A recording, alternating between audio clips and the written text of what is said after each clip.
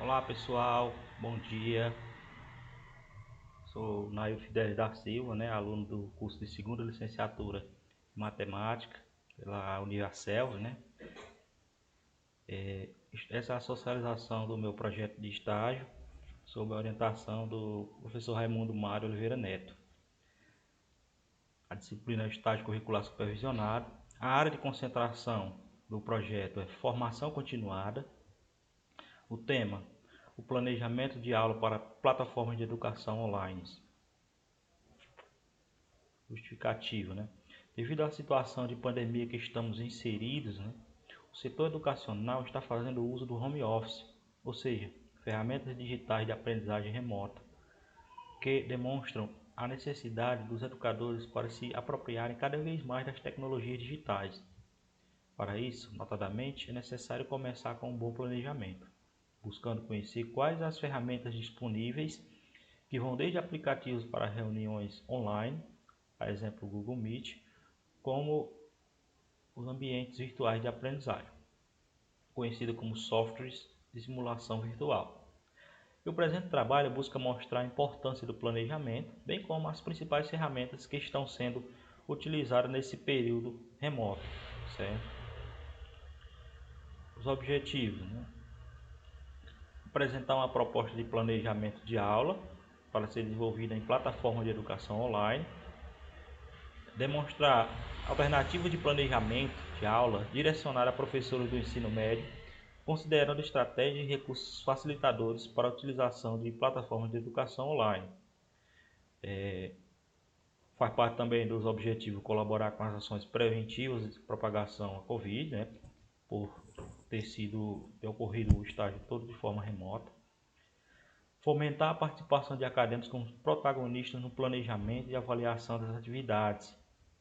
E aplicar o conhecimento do acadêmico para o benefício da comunidade. Ou seja, quando você aprende sobre quais plataformas de educação online você usa, não vai servir apenas só para a escola, Pode servir também para uma reunião de amigos, uma missa, um culto, Qualquer forma que necessite de várias pessoas sem poder se aglomerar, Se for de forma virtual. Então,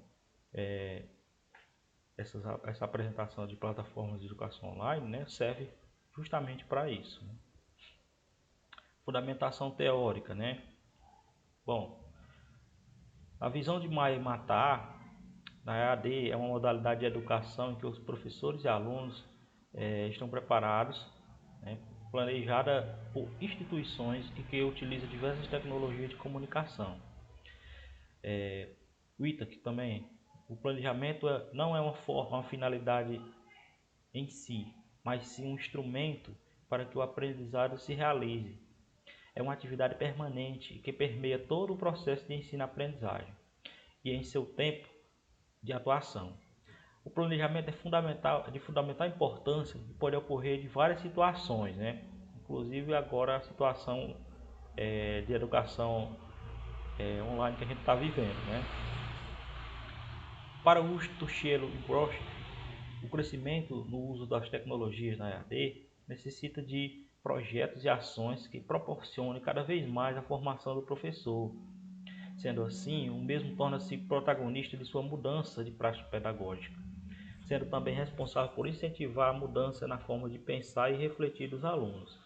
Isso é importante, galera, porque muitos professores são acostumados com aquela forma tradicional, de quadro e contas e tudo, E quando veio essa pandemia, pegou de surpresa esses professores. Então, muitos tiveram uma dificuldade enorme para se adaptar, como vocês vão ver aqui mais adiante.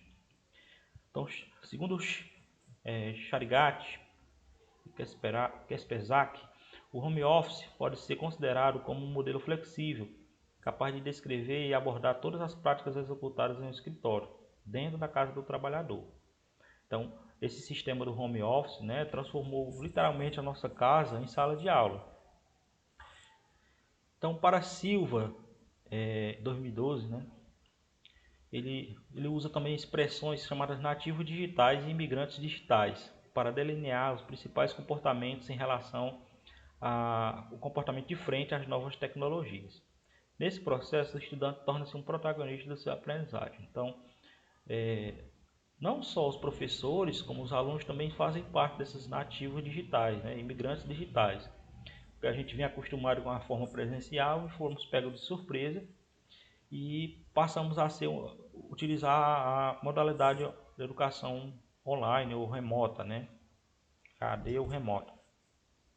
E esses nativos digitais é justamente esses professores, né, que em grande maioria, não só do Brasil, mas do mundo inteiro, tiveram dificuldades para se acostumar com essa forma de educação virtual, né? Por exemplo, eu estou falando aqui, os alunos estão me assistindo pela tela, né? Os professores, muitos deles não estavam acostumados com isso. Então, esses professores é o que o Silva nomeia de nativos digitais, certo? Metodologia. Bom, os procedimentos para a disciplina de estágio curricular supervisionado foram divididos em 4 etapas, certo? Sendo a etapa 1 a elaboração do projeto de estágio e 10 planos de aula. A etapa 2 é o roteiro de observação virtual, que ocorreu também de forma online, vou falar um pouquinho mais na frente. A etapa 3, a gente faz o PP do estágio e o produto virtual, né? E cabe destacar aqui que o acadêmico foi dispensado por ter comprovado o exercício da docência, né? E o seu comprovante de docência foi homologado junto à universidade. Então foi dispensado esse produto virtual. Então, o que seria esse produto virtual, né? O produto virtual seria uma videoaula que eu iria gravar sobre quais as formas de educação online, quais as plataformas de educação online, as principais, principalmente as gratuitas. Tá bom?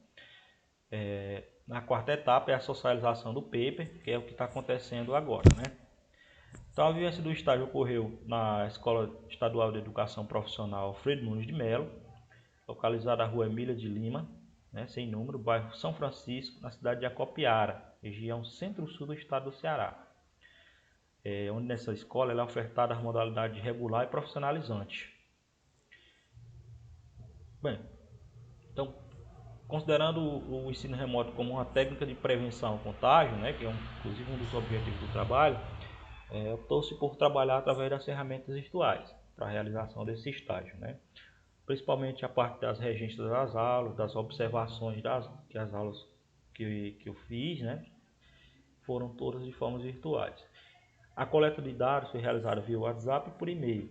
É oportuno destacar que todas as informações adicionais para a realização do estágio foram disponibilizadas através de entrevistas realizadas à secretária da escola, né, que prontamente me atendeu, né.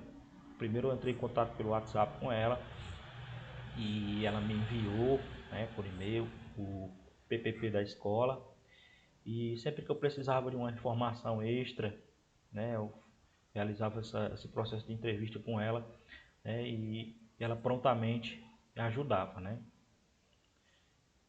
Então a vivência do estágio, né, e o aprendizado construído nesse trabalho foram muito significativos para a minha trajetória acadêmica e profissional. Desde a elaboração do projeto, muitas situações foram desafiadoras, tais como a aceitação de um estagiário de matemática, principalmente de forma virtual, né? A dificuldade de acesso à internet que os alunos tinham, a falta de conhecimentos que são pré-requisitos para a aprendizagem de matemática, né? Esse déficit de pré-requisitos que o aluno traz do ensino fundamental era muito perceptível. Então foi também uma das situações desafiadoras que eu considero, né? A situação de pandemia que estamos vivendo, né? O distanciamento social e outros N fatores. Porém, quando essa situação ela foi nova para todos, né? Para os professores como os alunos, e a gente tem que dar as mãos e sairmos juntos dessa crise com o máximo de aprendizado possível, né? Então, quando os alunos, muitos deles perceberam essa importância, né, tiveram essa empatia de que estava acontecendo no mundo todo, não tinha como fazer diferente, né? Então o ensino ele começou a fluir de forma mais eficiente, Os professores tiveram que se readaptarem à nova realidade que estavam vivenciando. E foi muito difícil no momento, né? A troca de experiência com os professores da disciplina, bem como os relatos dos demais professores, era perceptível essa angústia, né? Eu participava dos momentos de planejamento com os professores e ouvia bastante isso, né? Essa dificuldade inicial de ministrar as suas aulas. Então, a situação que me chamou bastante atenção foi quando me reuni com o professor da escola, né? O professor supervisor lá da escola, que ministrava a disciplina de matemática, e ele destacou que não tiveram nenhuma informação acerca de como usar esses aplicativos de reunião. Tinha que se virar, né, sozinhos.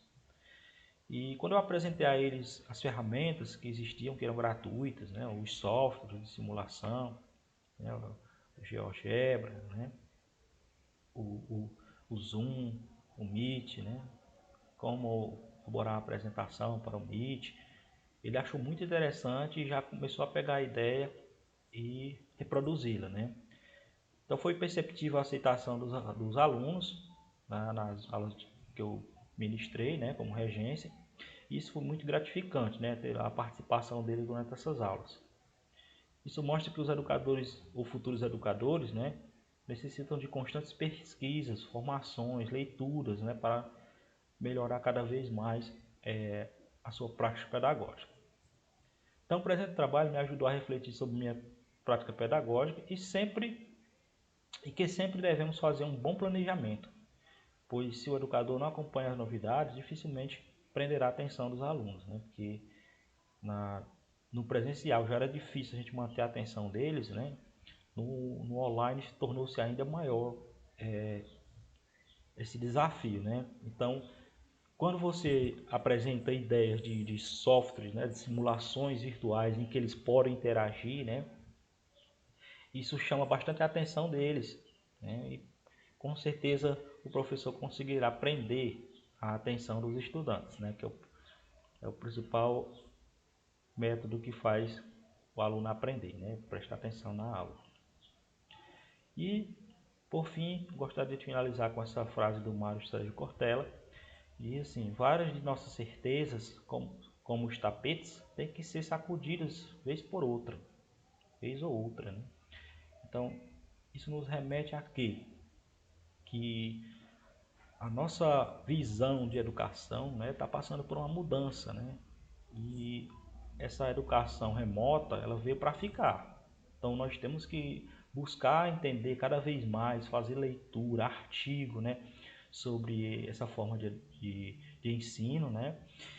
E para a gente não ficar para trás, né? Não deixarmos de ser os chamados nativos digitais, né? Nós temos que começar a interagir cada vez mais com essas ferramentas, né? Para melhorar, né, o aprendizagem dos alunos, bem como a nossa prática pedagógica, tá certo? Então finalizo isso por aqui e agradeço a atenção de todos, gente. Muito obrigado.